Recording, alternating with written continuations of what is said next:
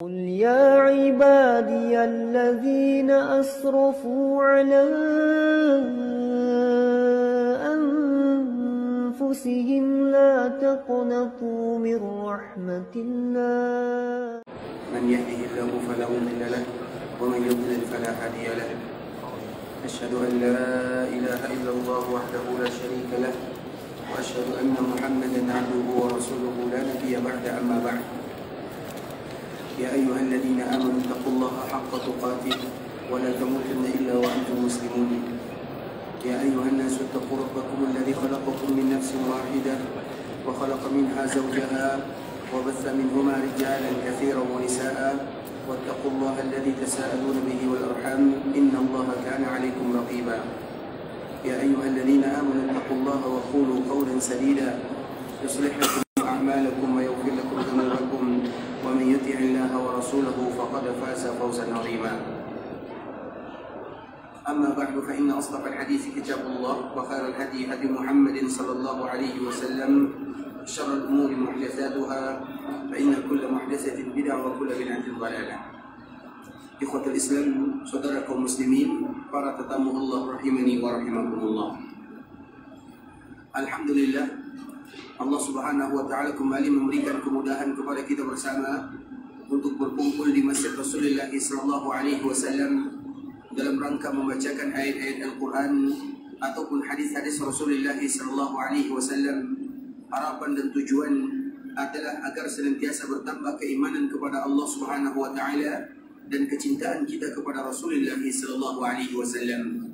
Karena memang sejatinya seorang muslim mereka hendaklah menukarkan jiwanya dengan ayat-ayat Allah Subhanahu wa taala dan juga dengan hadis-hadis Rasulullah sallallahu alaihi wasallam. Karena iman yang Allah titipkan di dalam jiwa dan raga kita ada penambahan dan ada kekurangan. Bertambah dengan melakukan ibadah kepada Allah dengan membaca ayat-ayat Al-Quran dan hadis-hadis Rasulullah sallallahu alaihi wasallam. Berkurang dengan meninggalkan ayat-ayat Allah dan juga dengan hadis-hadis Rasulullah sallallahu alaihi wasallam.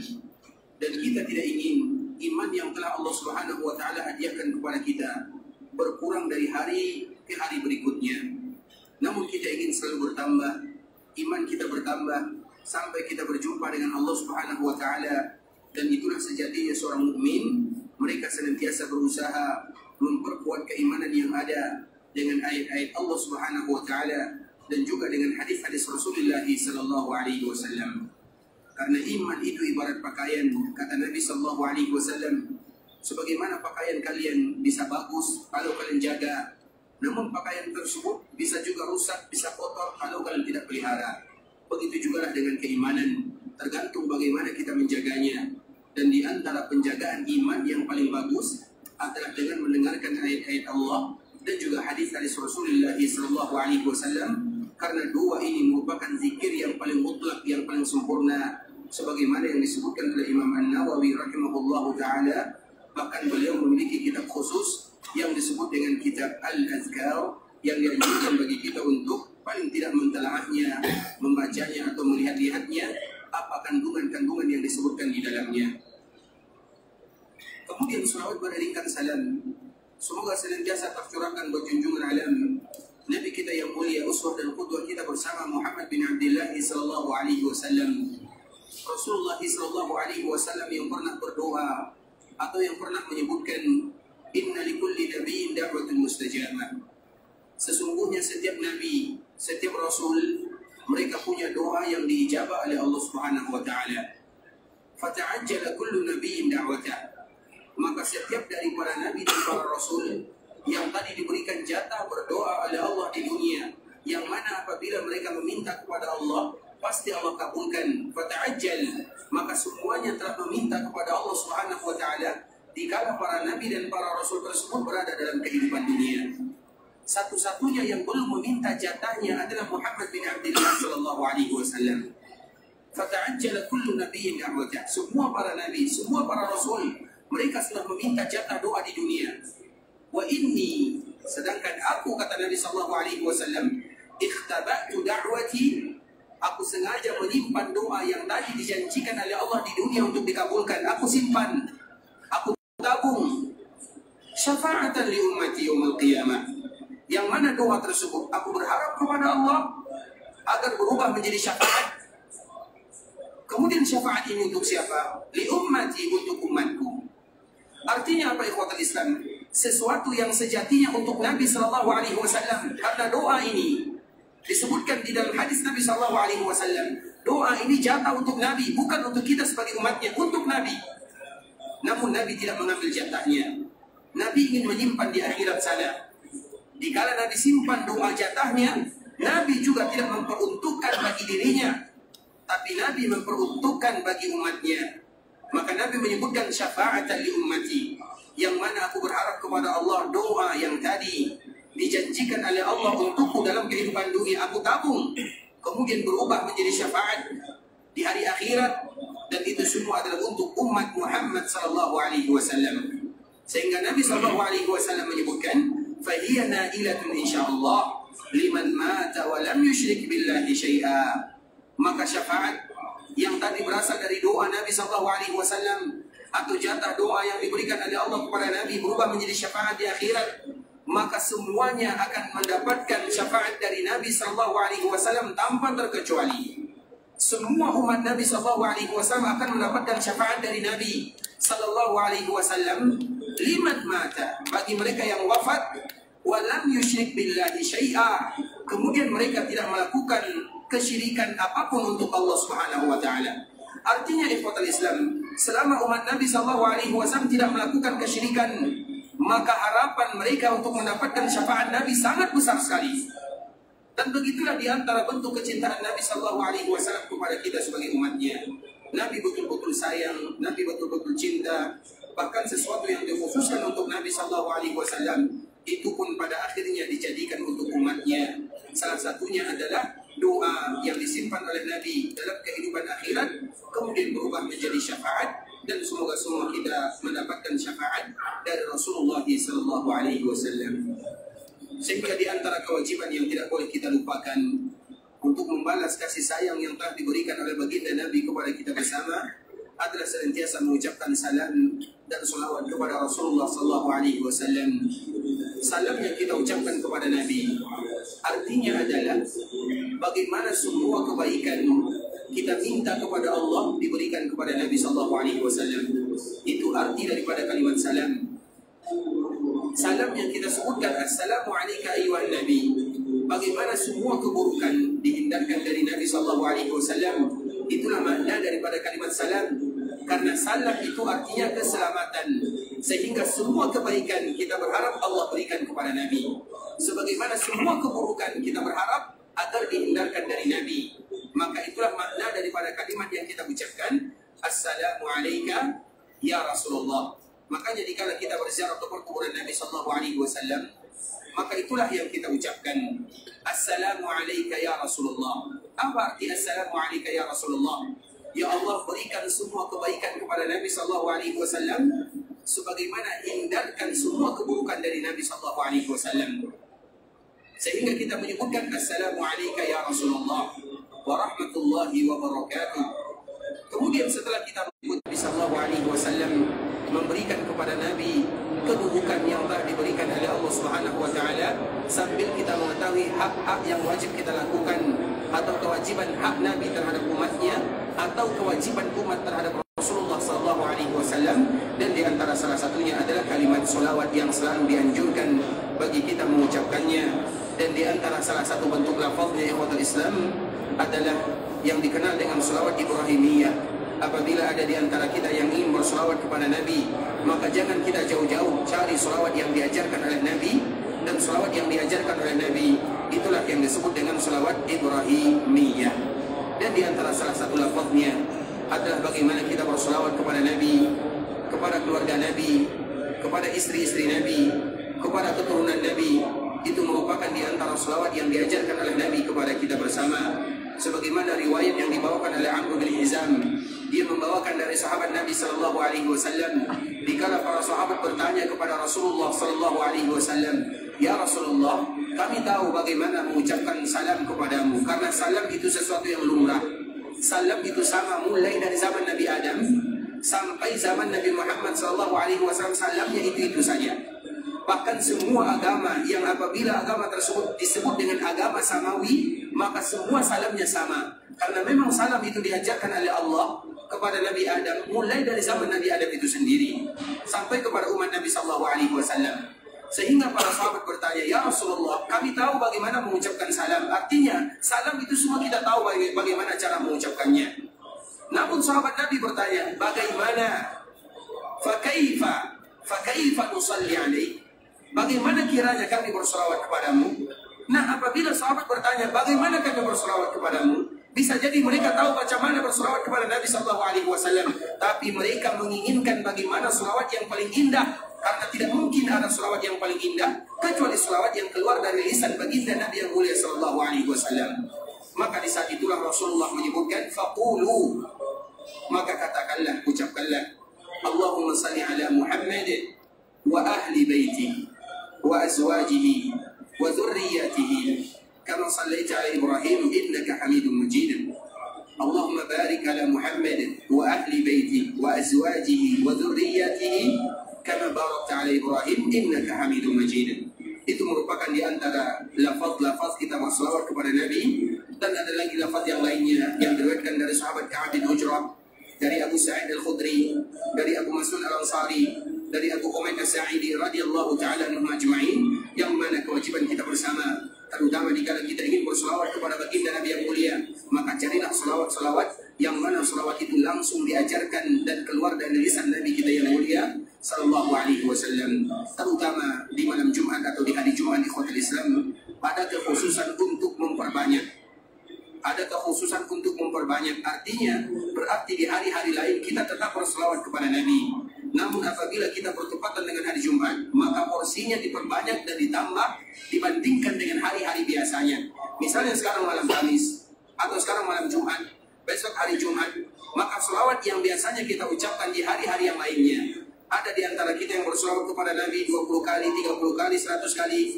Namun apabila bertepatan dengan hari Jumat, perbanyaklah porsinya. Karena Nabi menyebutkan, salatu ummati tu'aradu alayya fi kulli yawmi jumu'ah. Selawat yang diucapkan oleh umatku akan diantarkan dan diperlihatkan kepadaku setiap hari Jumat. Dan tentunya kita bangga apabila kita bertepatan dengan hari Jumat. Di antara salah satu ibadah yang paling mulia adalah mengucapkan salawat kepada Rasul kita yang mulia sallallahu alaihi wasallam. Ikhwatul Islam, saudara kaum muslimin, para tetamu Allah rahimani wa rahimakumullah. Pada kesempatan kali ini kita akan kembali mengulang hadis Nabi sallallahu alaihi wasallam yang berkaitan dengan keutamaan yang sangat luar biasa bagi kita yang dimudahkan oleh Allah datang ke kota Madinah, berada di Masjid Rasulullah sallallahu alaihi wasallam. Ada ibadah yang paling mulia, itu hadis yang dibawakan oleh sahabat Abu Hurairah radhiyallahu taala anhu, dari yang dibawakan oleh atau yang diriwayatkan oleh Imam Bukhari dan Imam Muslim.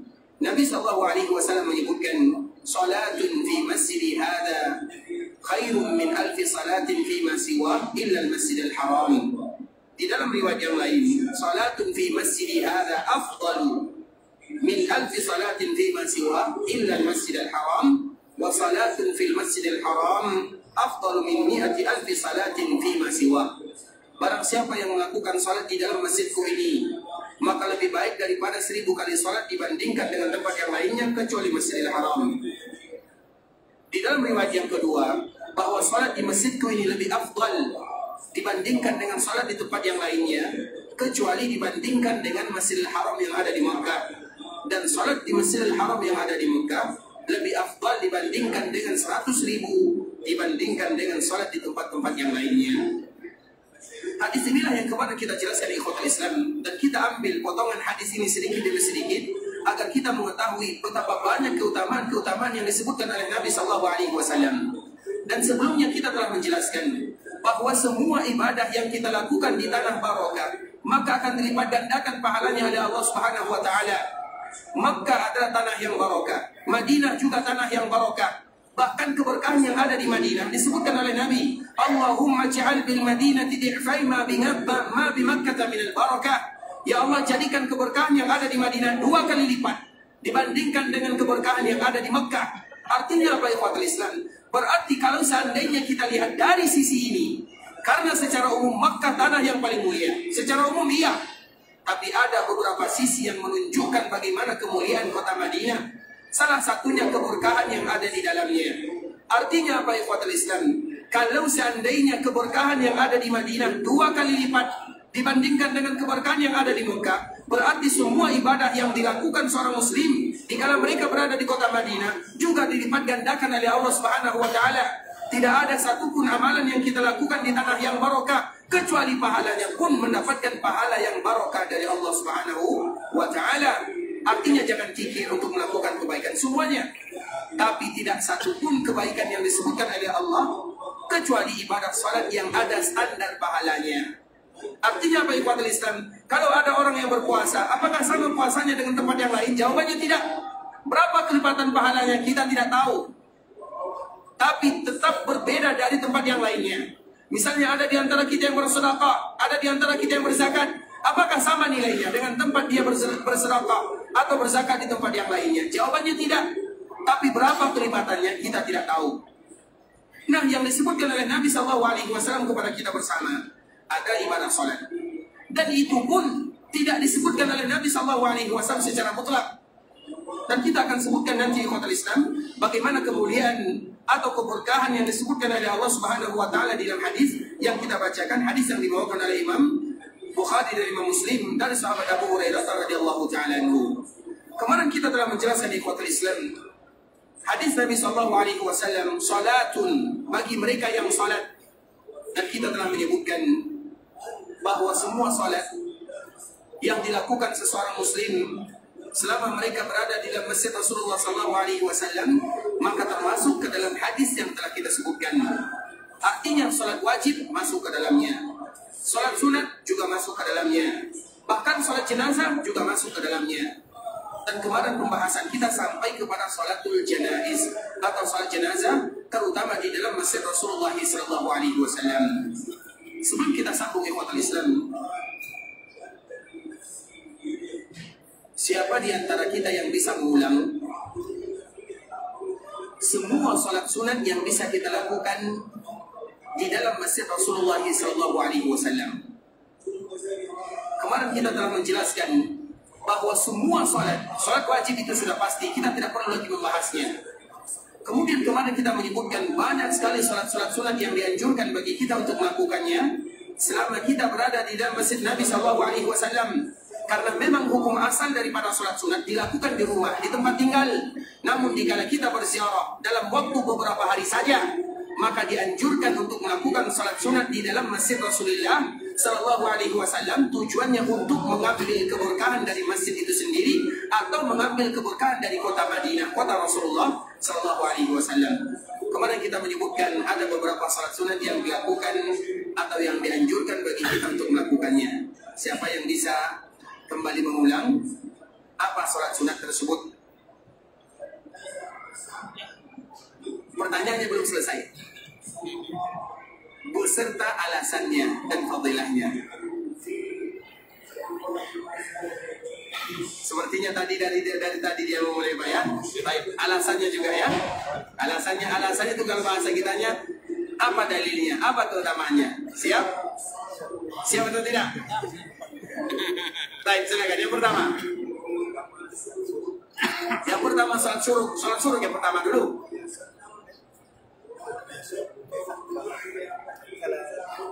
Salat sunat fajar. Apa keutamaan salat sunat fajar? Lebih besar pahalanya dari dunia dan seisinya. Siapa yang menyebutkan? Nabi SAW. Siapa yang meriwayatkan? Baik, yang kedua, salat sunat syuruk. Apa itu salat sunat syuruk? Setelah salat subuh, duduk, berzikir, tidak berhadas, kemudian salat 2 rakaat. Apa pahalanya? Apa pahala salat sunat syuruk? Sama dengan haji yang sempurna. Haji yang sempurna. Baik, yang ketiga, salat duha. Apa keutamaan salat duha?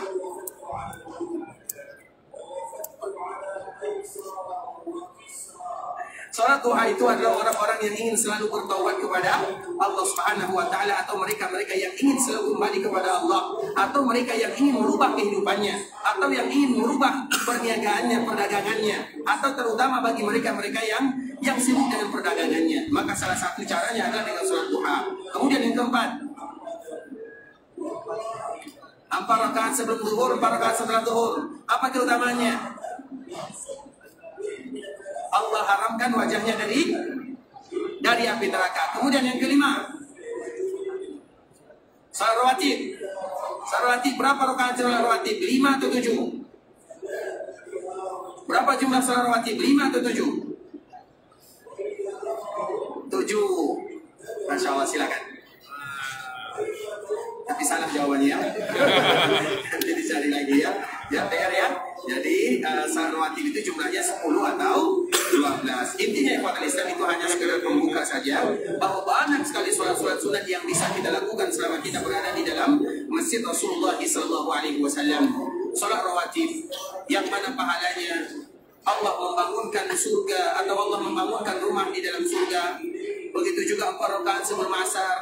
Begitu juga sholat di antara azan dengan iqamah. Begitu juga dengan sholat witir, sholat malam, yang mana itu merupakan kesempatan bagi kita bersama ikhwatul Islam untuk melakukannya di dalam Masjid Rasulullah SAW.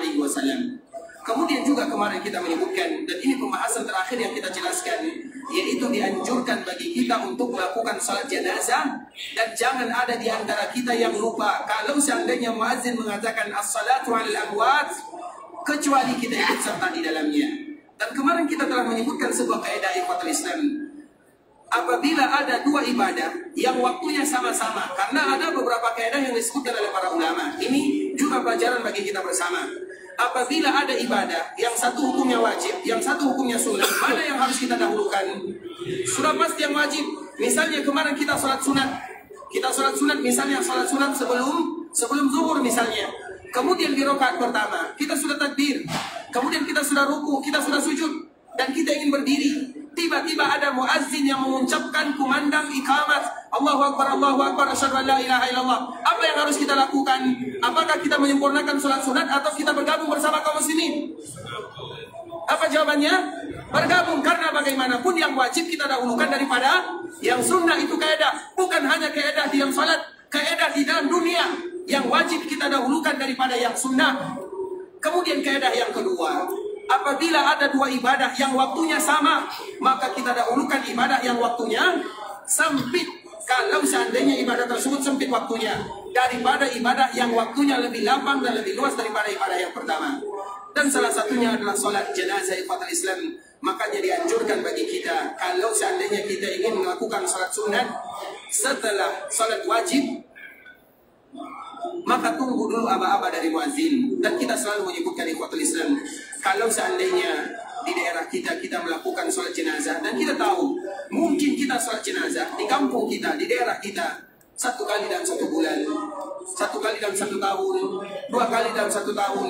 Dikala kita berada di kota Nabi SAW setiap hari, 5 kali sehari sebelum kita melakukan sholat jenazah, pahalanya besar, sama dengan Bukit Uhud. Coba bayangkan kalau seandainya kita ikut selalu melaksanakan sholat jenazah. Kalau sholat jenazah yang mana itu hukumnya sunnah, kalau berdemikian pahalanya, maka sudah barang tentu sholat yang wajib lebih besar lagi pahalanya. Artinya apa ikhwatul Islam? Ini adalah sekedar motivasi bagi kita bersama, bahwa dikala kita ingin sholat sunat setelah sholat wajib, maka tunggu dulu aba-aba dari muazzin. Apabila ada pengumuman kita akan melakukan sholat jenazah, maka kita sholat jenazah terlebih dahulu. Kemudian kemarin ada beberapa pertanyaan di ikhwatul Islam. Ini berkaitan dengan masalah sholat jenazah. Pertanyaan yang pertama, Ustaz, bagaimana hukumnya masalah dhamir? Karena kita tidak tahu, terutama kita yang mungkin tidak tahu apa yang disebutkan oleh muazzin. Bisa jadi muazzin menyebutkan as-salatu 'alal amwat, yang artinya kita akan melakukan sholat jenazah untuk banyak laki-laki. Al-amwat itu artinya banyak, berarti yang meninggal, dan yang disolatkan itu bukan satu. Dan sejatinya bahasa yang kita pakai di dalam doa adalah Allahumma fir lahum, karena kita berbicara tentang dhamir. Kadang-kadang yang kita salatkan itu adalah perempuan. As-salatu 'alal mayyitah misalnya, kita akan menyolatkan saudari kita yang perempuan, maka Allahumma fir laha, kalau sejatinya menurut bahasa. Namun kita tahu ikhwatul Islam, agama kita ini adalah agama yang tidak memberikan beban kepada kita bersama. Jangan gara-gara kita tidak tahu apa maknanya, atau jangan dengan alasan kita tidak tahu apa yang disampaikan oleh muadzin, kita tidak ikut mensolatkan saudara kita kaum muslimin yang lainnya. Makanya masalah dhamir itu masalah biasa. Kalau ada di antara kita yang tahu siapa yang disolatkan, alhamdulillah. Kalau ada di antara kita yang tidak tahu, yang dia tahu adalah mengikuti gerakan imam, maka cukup baginya. Misalnya ada di antara kita yang merubah dhamir, ya silakan. Allahumma fir lahum warhamhum wa'afihim wa'fu anhum. Silakan. Ada di antara kita yang tidak tahu, dia hanya tahu Allahumma fir lahu, yang penting salat jenazah, juga silakan. Bahkan kalau ada di antara kita yang tidak tahu doanya, maka juga ikut serta mensolatkan saudara kita kaum muslimin. Karena ada sebagian kaum muslimin, mereka tidak tahu apa yang harus mereka baca di kala salat jenazah. Apakah dengan mereka tidak tahu, mereka tidak ikut salat jenazah? Tidak. Mereka tetap ikut serta di dalamnya. Bukankah ada salah seorang sahabat yang datang kepada Nabi, ya Rasulullah, dikala aku salat, maka aku tidak tahu bacaannya. Dan memang banyak kaum muslimin di kota Islam, dan kita tidak menyalahkannya, karena memang ada sebagian orang tua kita terdahulu, mereka tidak sempat belajar agama. Mereka disibukkan dengan keadaan-keadaan yang begitu berat, keadaan yang mereka lewati. Atau sebagian kaum muslimin yang mereka tidak sampai agama kepadanya, atau tidak ada guru yang mengajarkannya, sehingga mereka tidak hafal bacaan doa salat. Mereka tidak tahu apa yang mereka baca di kala mereka salat. Nah, kalau seandainya mereka tidak tahu, apakah mereka meninggalkan salat? Tidak. Di zaman Nabi juga ada yang demikian. Ada salah seorang laki-laki yang datang kepada Nabi, ya Rasulullah, aku tidak tahu apa yang harus aku baca, karena bacaan salat itu bukan sesuatu yang ringan. Bacaan salat itu berat di ikhwatul Islam, dan tidak semua kaum muslimin dimudahkan oleh Allah Subhanahu wa taala untuk bisa menghafalnya. Sehingga kalau seandainya ada kaum muslimin, terutama yang sudah berumur, atau yang tidak lagi bisa menghafal, atau yang tidak kuat ingatannya, apakah mereka tidak salat? Jawabannya tidak. Ada solusinya dari Nabi sallallahu alaihi wasallam. Dikala mereka salat tidak hafal misalnya, maka cukup bagi mereka mengucapkan subhanallah, walhamdulillah, wala ilaha illallah, wallahu akbar. Itulah yang mereka baca. Cukup bagi mereka kalau mereka tidak hafal. Tapi alhamdulillah rata-rata kaum muslimin mudah bagi mereka untuk menghafalnya. Tapi kalau ada yang tidak hafal, artinya apa ikhwatul Islam? Alasan kita meninggalkan salat atau alasan kita meninggalkan salat jenazah tidak ada. Kalau kita tidak tahu, Ustaz, saya tidak tahu artinya, saya tidak tahu apa yang mereka sampaikan, ini salat jenazah untuk siapa, saya tidak tahu, tidak menjadi masalah. Yang menjadi masalah itu kalau seandainya kita tidak ikut serta mensalatkan saudara kita kaum muslimin. Karena kita harus tahu, dan selalu kami sampaikan di ikhwatul Islam, kalau seandainya kita tahu bagaimana keutamaan salat jenazah. Kemarin kita menyebutkan hadis Abdullah bin Umar radhiyallahu taala anhu, bahwa orang yang mensalatkan jenazah di tempat yang lainnya di luar tanah haram Makkah dan Madinah, maka pahalanya sama dengan Bukit Uhud. Bukit Uhud yang panjangnya cukup 7 kilo. Panjang sekali ikhwatul Islam. Kemudian kita juga harus tahu, ternyata dikala kita salat jenazah, kita tidak hanya mendoakan saudara kita yang sudah meninggal, tapi kita terlebih dahulu mendoakan diri kita yang pertama. Dan ini selalu kami sampaikan, karena di dalam salat jenazah yang kita tahu, salat jenazah itu berapa takbirnya? Takbirnya ada 4. Kalau ada imam yang takbirnya 5, boleh atau tidak? Boleh atau tidak? Tidak menurut kita, tapi menurut saya boleh. Kenapa demikian? Karena memang ada riwayat yang menyebutkan ada takbirnya 5. Kalau 7 boleh atau tidak? Juga boleh, tidak menjadi masalah. Tapi jarang dilakukan oleh kaum muslimin. Kalau 5, ada sebagian kaum muslimin yang melakukannya. Bahkan di Masjid Nabawi ini, salah seorang imam senior yang bernama imam yang semua kita tahu, Imam Hudzaifir hafizahullah ta'ala, kadang-kadang dia juga melakukan 5 takbir. Tujuannya untuk mengajarkan kepada kita bahwa takbir itu kalau ada 4 juga tidak menjadi masalah. Kalau ada 5, jangan kita ucapkan subhanallah. Artinya berarti mereka tidak salah. Tapi yang masyhur bagi kita bersama ikhwatul Islam, takbir itu ada 4. Takbir yang pertama, semua kita tahu apa yang kita baca, yaitu Al-Fatihah. Takbir yang kedua yang kita baca adalah salawat. Takbir yang ketiga, ini selalu yang menjadi masalah. Apa yang kita baca? Siapa yang hafal bacaannya?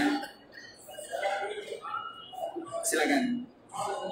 Allahumma ighfir lahu warhamhu, tapi itu masih di pertengahan, masih ada awal dan pangkalnya. Mungkin semua kita hafal Allahumma ighfir lahu, karena kami tidak mungkin bertanya kalau Allahumma ighfir lahu semua kita hafal. Ternyata yang kami tanyakan itu ikhwatul Islam, ada doa yang di awal sebelum Allahumma ighfir lahu itu ada kalimat-kalimat yang dianjurkan bagi kita untuk membacanya. Ada yang hafal? Makanya setiap kali kita sholat jenazah, kami selalu menyebutkan, setiap kali kita sholat jenazah di kota Nabi, di Masjid Rasulullah atau di Makkah Al-Mukarramah, ternyata kan setiap takbir yang ketiga pasti bacanya panjang, iya atau tidak? Lama. Sebenarnya bukan bacaan mereka yang lama, tapi bacaan kita yang pendek. Bisa dipahami? Jadi jangan kita salahkan imam. Kenapa takbir yang ketiga ini lama sekali? Ternyata bacaan kita yang singkat, yang kita baca Allahumma ighfir lahu warhamhu, sehingga 1 menit selesai. Kadang-kadang takbir yang ketiga itu lama sekali, karena memang itu adalah momen kita berdoa kepada Allah Subhanahu wa taala. Ingat. Makanya di dalam sholat jenazah itu ikhwatul Islam, jangan pernah terburu-buru, terkhusus di takbir yang ketiga dan di takbir yang keempat. Jangan terburu-buru.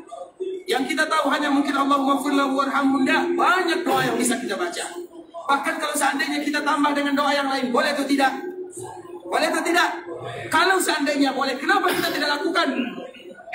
Artinya apa ikhwatul Islam? Itu momen doa yang paling bagus. Kalau seandainya kita sholat wajib, apakah ada momen-momen berdoa yang paling bagus? Banyak. Dikala kita sujud, apakah di sana atau tidakkah kita tahu bahwa apabila ada orang yang sujud kemudian mereka lama sujudnya, di saat itulah Allah pasti kabulkan doanya. Kemudian kenapa kita harus sujud hanya 30 detik saja? Kenapa kita tidak berlama-lama? Misalnya dikala kita tahiyat akhir sebelum kita salam, bukankah Nabi SAW menyebutkan setelah kita berlindung dari 4 perkara, maka hendaklah kita memilih doa-doa yang paling bagus? Dan kenapa kita tidak melakukannya? Artinya apa ikhwatul Islam? Di antara fikih kita berdoa, carilah tempat-tempat yang doa itu mudah dikabulkan oleh Allah Subhanahu wa taala.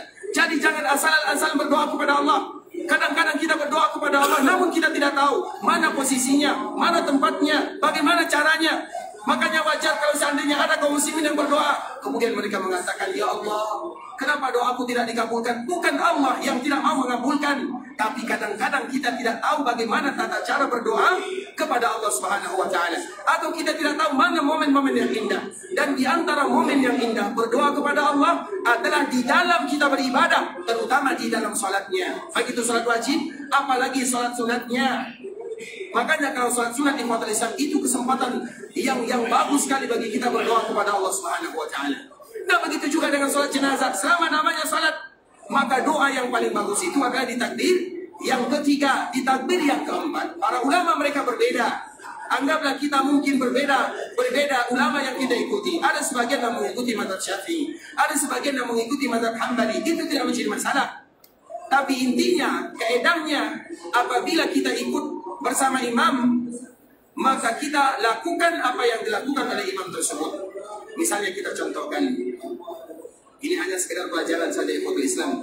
Biasanya di daerah kita, dan mayoritas daerah kita adalah bermadzhab Syafi'i. Dan kita tahu Imam Syafi'i adalah seorang ulama yang nasabnya sampai kepada Nabi SAW. Seorang ulama yang kita tahu bagaimana kualitasnya. Seorang ulama yang luar biasa.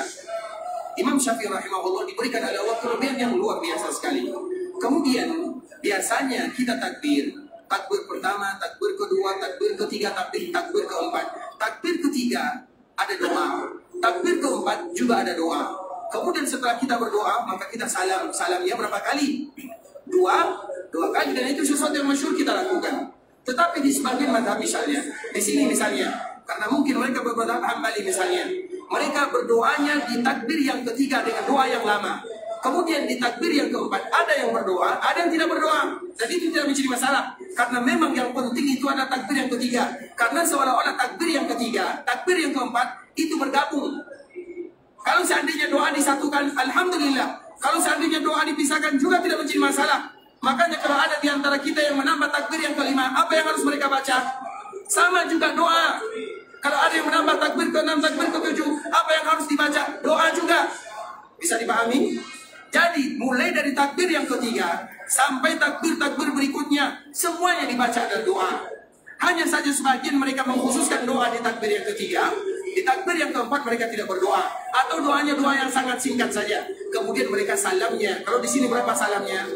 1 kali. Kalau di sini salamnya 1 kali, apakah kita salamnya 2 kali? Berarti kita salam di sini berapa kali? Kami dulu di sini salamnya 2 kali. Sampai kita mengetahui, karena memang kita terbiasa salamnya 2 kali. Kadang-kadang imam mengucapkan assalamualaikum, kita secara otomatis juga langsung mengucapkan assalamualaikum, karena memang itu kebiasaan kita. Tapi yang harus kita ingat di kota Islam, innama ju'ala al-imam litamma bih. Sesungguhnya imam itu dijadikan imam untuk diikuti. Kalau seandainya imam itu salamnya 1 kali, berarti salamnya 1 kali. Kalau imamnya salamnya 2 kali, berarti salamnya 2 kali. Dan itu tidak menjadi masalah. Perbedaan yang biasa di kota Islam. Tapi intinya adalah bagaimana kita memanfaatkan salat jenazah tersebut untuk berdoa kepada Allah. Karena memang Nabi menyebutkan, apabila kalian mensalatkan saudara kalian, akhlisu lahu bidu'a, maka betul-betul fokus kalian berdoa kepada Allah. Ikhlaskan doa kalian. Karena bisa jadi itu adalah doa terakhir bagi kalian, atau untuk kalian, atau bagi diri kalian, untuk saudara kalian. Dan kita selalu menyampaikan, ternyata di dalam doa ini umat Islam ada doa yang luar biasa, terutama di takbir yang ketiga. Allahumma ighfir li hayyina wa mayyitina wa syahidina wa ghaibina wa dzakarina wa unsana wa saghirina wa kabirina. Allahumma man ahyaytahu minna fa ahyi 'alal iman wa man tawaffaitahu minna fatawaffihi 'alal Islam. Kemudian baru kita baca doa yang lainnya, terutama Allahumma ighfir lahu warhamhu wa'afihi wa'fu anhu. Kemudian Allahumma la tahrimna ajrahu waghfir lana wa lahu, dan juga doa-doa yang lainnya. Tapi itulah awal muqaddimah daripada kita berdoa kepada Allah, terutama di takbir yang ketiga, agar kita tahu kenapa kita harus melakukan salat jenazah. Dan kita tidak boleh bakhil, karena sejatinya dikala kita salat jenazah, sebelum kita mendoakan saudara kita, ternyata kita mendoakan diri kita terlebih dahulu, sebelum kita mendoakan saudara-saudara kita yang sudah dipanggil oleh Allah Subhanahu wa Ta'ala. Kalau kita tidak ikut serta, berarti kita bakhil terhadap diri kita sebelum kita bakhil terhadap saudara kita yang sudah dipanggil oleh Allah Subhanahu wa Ta'ala. Allahumma ighfir li hayyina wa mayyitina. Ya Allah, ampunkan dosa kami semuanya. Yang masih hidup, ampunkan dosa kami. Yang sudah meninggal, ampunkan dosa kami. Wa syahidina wa ghaibina. Ya Allah, ampunkan dosa kami yang hadir di sini. Ampunkan juga dosa kami yang tidak hadir di sini. Ampunkan dosa semuanya. Seolah-olah kita berdoa kepada Allah untuk semua kaum muslimin. Karena memang sejatinya, coba bayangkan di kota Islam, orang yang paling mulia adalah orang yang tidak pernah melupakan kaum muslimin di dalam doanya. Orang yang paling mulia adalah mereka yang tidak pernah melupakan saudaranya kaum muslimin dalam doanya. Maka jangan pernah kita melupakan saudara kita kaum muslimin, karena sejatinya doa tersebut akan kembali kepada diri kita pribadi.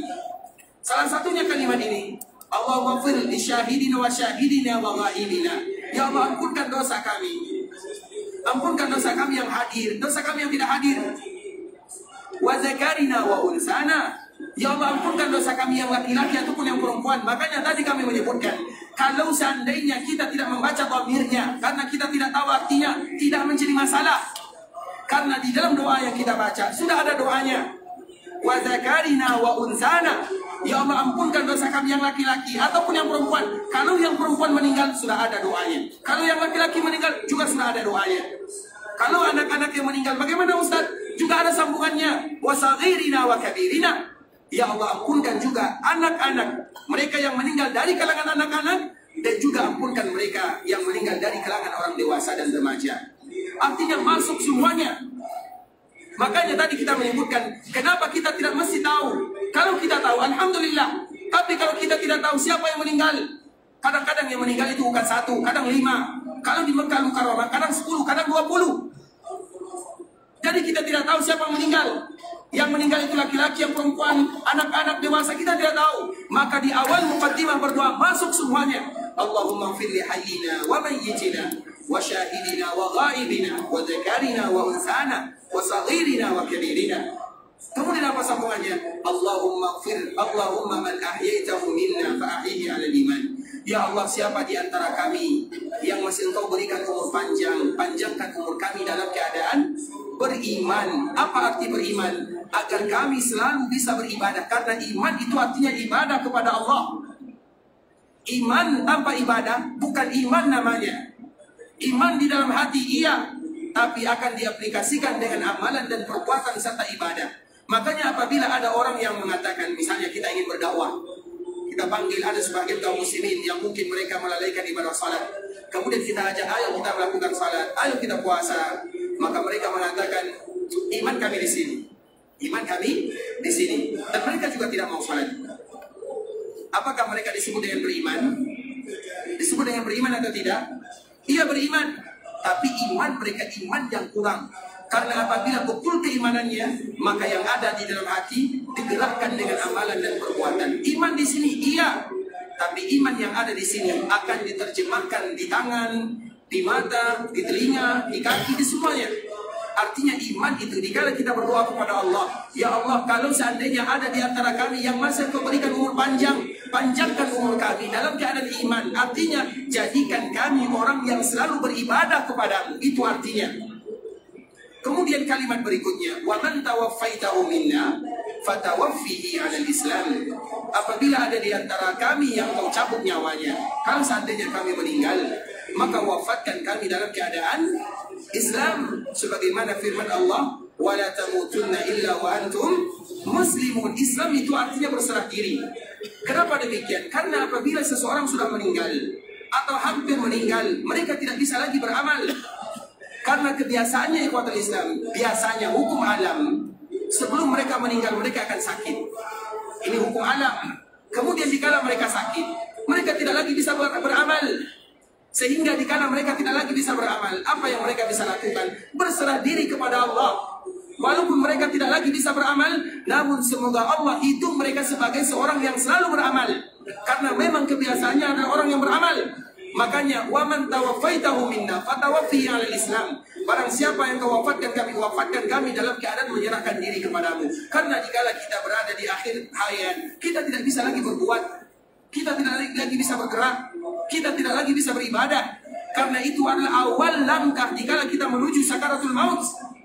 Sehingga kita yang harus kita lakukan menyerahkan diri kepada Allah. Kita tahu, mau tidak mau, kematian adalah sesuatu yang harus kita nikahi, atau sesuatu yang wajib kita dapati. Sehingga kita selalu berserah diri kepada Allah. Dikala kita berserah diri kepada Allah, maka di saat itulah kita mulai ingin berjumpa dengan Allah. Kalau kita berjumpa dengan Allah, maka di saat itulah Allah pun ingin berjumpa dengan hambanya. Maka Rasulullah SAW menyebutkan, man ahabba liqa Allah, ahabba Allahu liqa'ah. Barang siapa yang ingin berjumpa dengan Allah, siapa di antara kita yang ingin berjumpa dengan Allah? Tidak ada.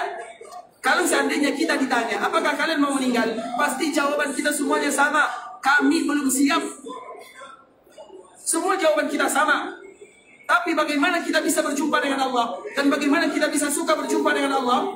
Karena di akhir kehidupan, kalau seandainya kita termasuk orang-orang yang melakukan kebaikan, kemudian kita sudah terbaring, kita tidak lagi bisa melakukan amalan, maka di saat itulah amalan-amalan yang selama ini kita lakukan, salat kita datang di bagian kanan, zakat, sedekah, hadiah, bantuan yang kita berikan datang di bagian kiri. Berbaktinya kita kepada keluarga, kepada orang tua, kepada sesama datang dari arah bawah. Sehingga dikala amalan kita mengelilingi kita, dikala kita tidak lagi bisa berbuat, maka di saat itulah kita akan bahagia. Kemudian di saat kita bahagia, di saat lagi kita tidak bisa berbuat, maka kita ingin berjumpa dengan Allah.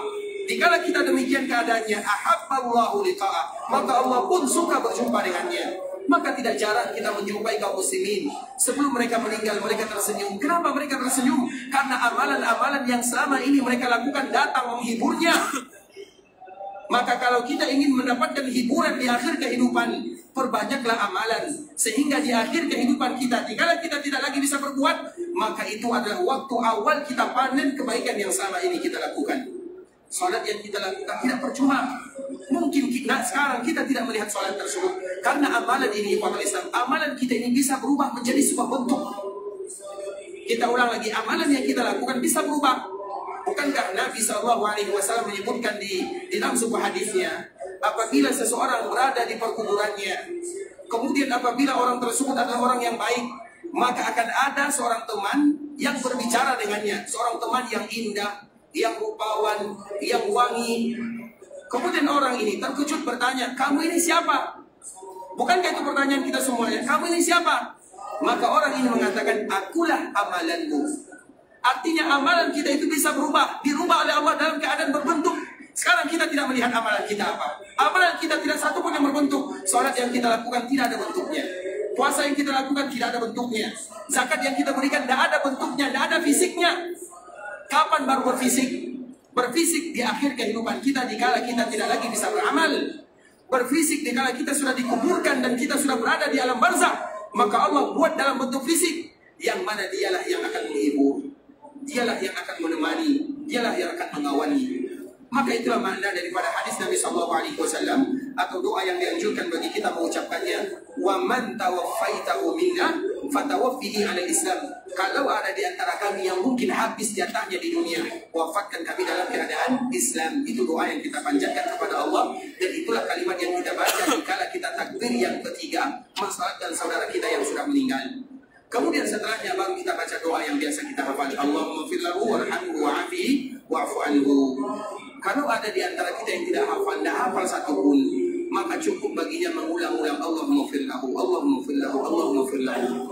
Kalau dia tidak bisa menghafal doa atau dia tidak hafal sama sekali, maka cukup baginya mengucapkan Allahumma fir lahu. Nah, itulah doa yang kita baca di takbir yang ketiga agar kita tahu bahwa kita tidak boleh kikir untuk melakukan sholat jenazah. Karena sholat jenazah itu sejatinya doa kita kepada Allah untuk diri kita, untuk semua saudara kita kaum muslimin. Dan itulah seorang muslim, yang mana seorang muslim sifatnya adalah seorang muslim akan mendoakan saudaranya sesama muslim yang lainnya. Dan itu merupakan doa yang terindah untuk kita sayang kepada saudara kita kaum muslimin. Islam saudara kaum muslimin, makanya kami menyebutkan bahwa sholat jenazah jangan juga pernah kita lewatkan. Ada yang hafal doa yang ketiga atau di doa di takbir yang ketiga? Silakan, Ustaz. Boleh Pak ya? Silakan. Allahumma fittai, Allahumma fil hayyina wa mitina, wa syahidina wa ghaibina, wa dzakarina wa unsana, wa saghirina wa kabirina. Allahumma man ahyaytahu minna fa'ina 'ala al-iman aw 'ala al-islam ayat wa mimman tawaffaytahu minna fatawaffina 'ala al-islam atau 'ala al-iman. Baik, apa lagi? Allahumma salli warhamhu. Masyaallah, silakan Ustaz. Barakallahu fiik khairan, syukran lakum saya. Barakallahu fiik wa jazakumullahu khairan. Itu merupakan di antara doa yang dianjurkan bagi kita membacanya. Kemudian kemarin juga ada pertanyaan di Fadl Islam, karena ini hanya menyelesaikan pertanyaan yang sebelumnya. Bagaimana kiranya Ustaz kalau kita terlambat dalam melakukan sholat jenazah? Bagaimana kiranya kalau seandainya kita terlambat dalam melakukan sholat jenazah? Apa yang harus kita lakukan? Ingat di Fadl Islam, kalau sholat jenazah di Masjid Nabawi, agar kita ingin tahu, sesekali nanti kita sholat di bagian depan. Dan memang dianjurkan bagi kita sholat jenazah, kalau kita bisa juga mengikuti jenazahnya sampai dikuburkan, maka kita akan mendapatkan 2 pahala double, yaitu 2 qirat. 2 qirat itu 2 bukit Uhudnya. Kemudian kapan kita bisa melakukannya dan kapan kita bisa masuk ke dalam perkuburan Baqi'? Yaitu setelah fajar atau setelah asar. Kalau ada di antara kita yang ada kesempatan, mereka sholat fajarnya di bagian depan, sehingga nanti mereka bisa menyaksikan bagaimana sholat jenazah. Kemudian setelah sholat jenazah, apabila di Masjidil Haram Makkah dan Madinah, maka setelah Assalamualaikum, maka semuanya langsung berbondong-bondong mengangkat jenazahnya, langsung diantarkan di perkuburannya. Kenapa demikian mereka lakukan? Karena memang Nabi yang mengajarkan demikian. Jenazah ini ikhwatul Islam, menurut kita sudah tiada, sudah meninggal. Iya, itu menurut alam dunia. Tapi menurut alam barzakh, dia hidup kembali. Dan alam dunia, alam barzakh, 2 alam yang berbeda.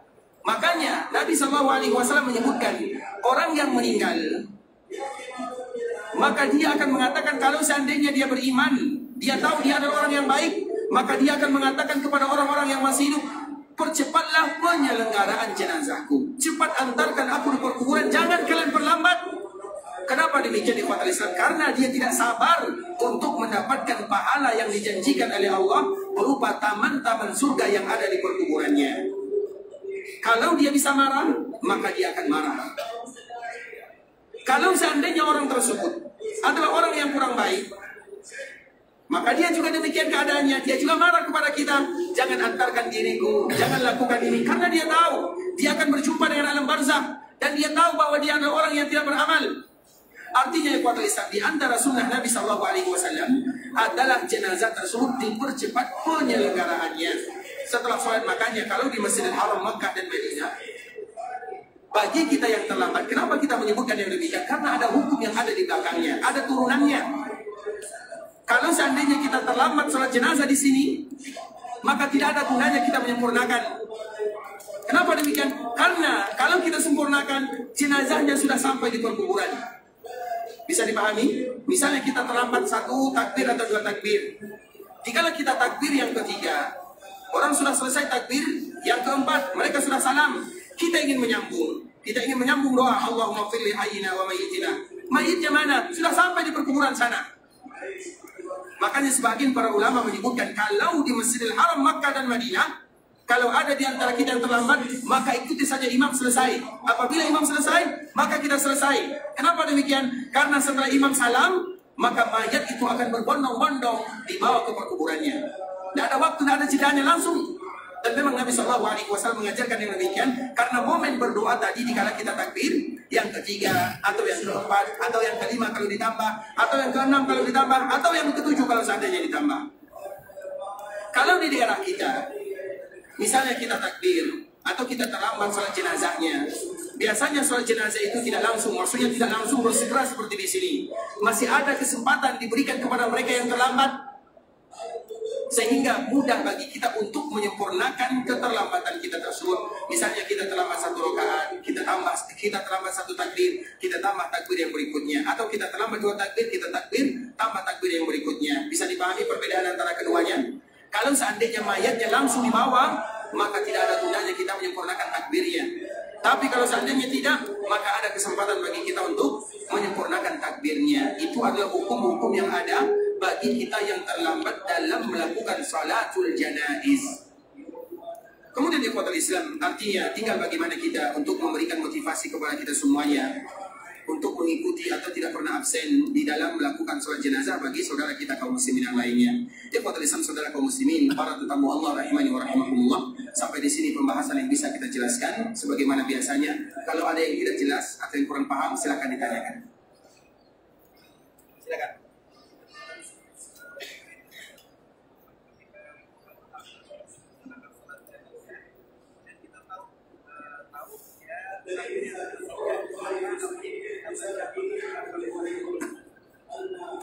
Barakallahu fiikum ikhwatul Islam. Kalau seandainya kita terlambat dalam sholat jenazah, apa yang kita dahulukan? Apakah kita mendahulukan seperti Al-Fatihah, kemudian sholawat, kemudian baru doa? Ikhwatul Islam, memang secara hukum asal terlepas daripada perbedaan para ulama, namun secara hukum asal terlambat apapun kita, maka di antara salah satu yang dianjurkan bagi kita melakukannya adalah at-tartib.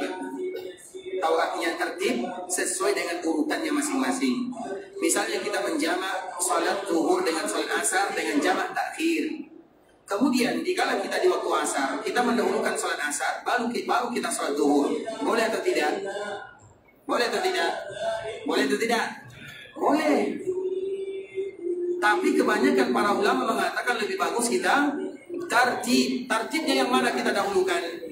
Zuhur dulu baru asar. Oleh karenanya ikhwatul Islam, maka kita kembalikan kepada hukum asal. Hukum asal itu artinya, dan ini merupakan di antara pendapat yang disebutkan oleh para ulama, yang kita dahulukan itu adalah tertib. Artinya kita tertibkan antara ibadah tersebut, terutama dikala kita terlambat. Nah, dikala kita terlambat salat jenazah, maka kita tetap mentertibkannya. Al-Fatihah, sholawat. Kalau seandainya kita tidak bisa berdoa, dan semoga masih banyak kesempatan bagi kita untuk berdoa kepada Allah, terutama untuk saudara-saudara kita kaum muslimin yang lainnya. Yang lain, silakan.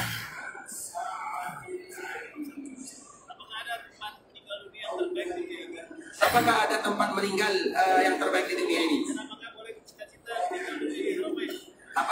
bercita-cita meninggal di Haramain? Barakallahu fiik.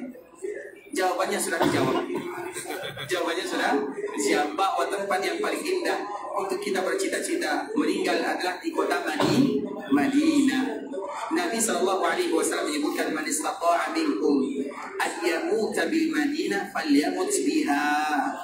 Barang siapa di antara kalian yang bisa wafat di kota Madinah, maka wafatlah di sana. Artinya bukan bunuh diri ya, tapi artinya barang siapa yang bisa meninggal di kota Madinah, artinya dia tinggal di kota Madinah berlama-lama sampai dia dipanggil oleh Allah Subhanahu wa taala. Dan sejarah sudah banyak kita saksikan. Mulai dari zaman sahabat Nabi, mereka ingin sekali meninggal di kota Madinah. Umar bin Khattab yang selalu kita ambil contohnya, dia berdoa kepada Allah, ya Allah, wafatkan aku di kota Madinah sebagai seorang yang syahid. Begitu juga kaum muslimin yang lainnya di Mekah, di Madinah.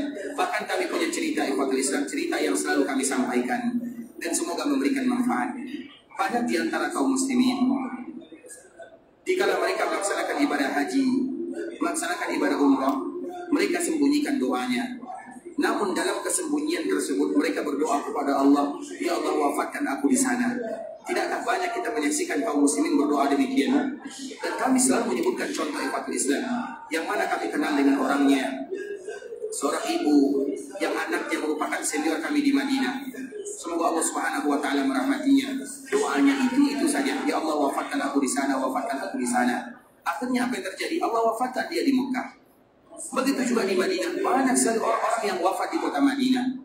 Makanya apabila ada, ini tujuan untuk kita bersama, apabila ada orang yang ingin sekali berangkat ke Mekah, ke Madinah, namun secara fisik mereka tidak kuat lagi, maka ingatlah, berarti mereka ingin wafat di Mekah dan Madinah. Jangan dihalang-halangi. Selagi bisa bagi kita untuk membantunya, maka bantulah. Kalau seandainya mereka sakit di sini, insya Allah orang yang ada di sini tidak akan menyia-nyiakannya. Kalau tidak, mereka akan ada di rumah sakit. Tapi intinya mereka ingin berdoa kepada Allah. Tempat yang paling bagus kita meminta kepada Allah untuk wafat adalah di Mekah, Madinah, atau di Madinah. Kenapa demikian? Nabi menyebutkan, barang siapa yang wafat di sana, aku yang menjadi saksi di hadapan Allah Subhanahu wa taala. Karena mereka yang wafat di Madinah, mereka wafat di kota Nabi SAW. Pantas kalau seandainya Nabi menjadi saksi untuk diri mereka. Ya Allah, sesungguhnya fulan bin fulan, dia wafat di sana, dia wafat di kotaku. Nabi menjadi saksi. Kalau Nabi yang menjadi saksi, maka Nabi akan memberikan syafaat. Oleh karenanya ya ikhwatul Islam, kalau seandainya ada di antara kita yang bercita-cita untuk wafat di kota Mekah, Madinah, maka itu yang terbaik. Karena di Mekah, di Madinah, terutama di Madinah, kalau kita wafat di Madinah, kita akan dikuburkan di perkuburan Baqi. Perkuburan Baqi adalah perkuburan yang tidak pernah kosong dan berziarah. Semakin banyak orang yang berziarah, semakin kita didoakan oleh kaum muslimin, semakin lapang perkuburan kita, semakin diberikan rahmat dari Allah Subhanahu wa taala. Setiap hari kaum muslimin berziarah, setiap hari. Artinya ya ikhwatul Islam, kalau ada di antara kita bercita-cita demikian, maka tidak menjadi masalah. Tapi bercita-cita itu artinya, sebenarnya ini motivasi dari Nabi untuk tinggal di kota Madinah. Sebenarnya ada pembahasan khusus, tapi jawaban singkat bahwa bercita-cita wafat di Mekah, Madinah itu di antara cita-cita yang sangat mulia. Namun bagaimanapun ikhwatul Islam, kita juga tidak bisa memaksakan. Karena wafat, hidup, meninggal itu urusan Allah Subhanahu wa taala. Dan kita tidak pernah tahu di mana, di bumi mana kita akan meninggal. Namun kita berharap kepada Allah, tidaklah kita meninggal kecuali dalam keadaan yang diridhai oleh Allah Subhanahu wa taala, atau yang kita kenal dengan husnul khatimah, dan semoga semua kita diberikan husnul khatimah. Amin amin ya rabbal alamin. Baik, yang terakhir. Silakan.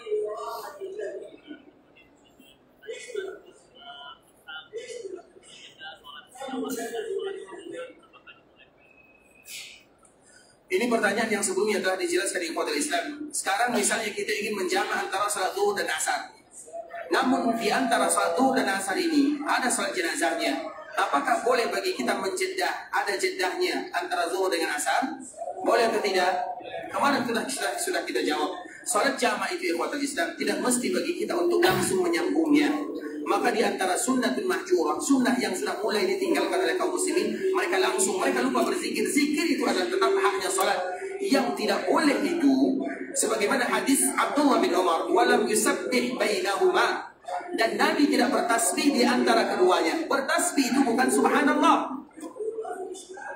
Jadi kita harus di dalam memahami hadis di ikhwatul Islam, ada bahasa yang sama tapi memiliki makna yang berbeda. Walam yusabbih bainahuma, Nabi tidak bertasbih di antara jamaah, artinya Nabi tidak salat sunat. Karena kalau kita menjamak asar, maka tidak lagi kita salat sunat. Bisa dipahami?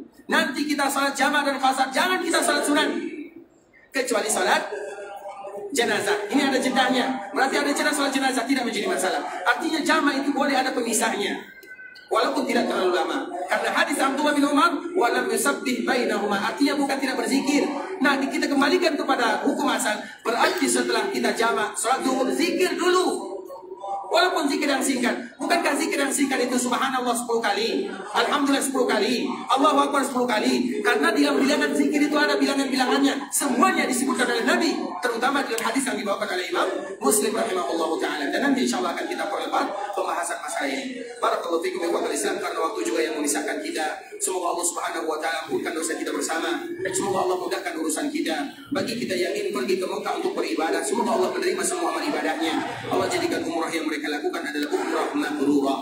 Bagi kita yang ingin pulang ke kampung halaman, semoga Allah menjaganya. Allah kembali kumpulkan mereka bersama keluarganya dalam keadaan sehat walafiat, dan semoga Allah berikan kesempatan kepada kita dan keluarga kita untuk selalu bisa beribadah di tanah Mekah dan Madinah. Kita tutup dengan doa kafaratul majlis. Subhanakallahumma wa bihamdika asyhadu an la ilaha illa anta astaghfiruka wa atubu ilaik. Wa sallallahu wa sallim ala nabiyyina wa habibina wa khalilina wa sayyidina Muhammadin wa ala alihi wa sahbihi wa sallama tasliman katsira. Assalamu alaikum warahmatullahi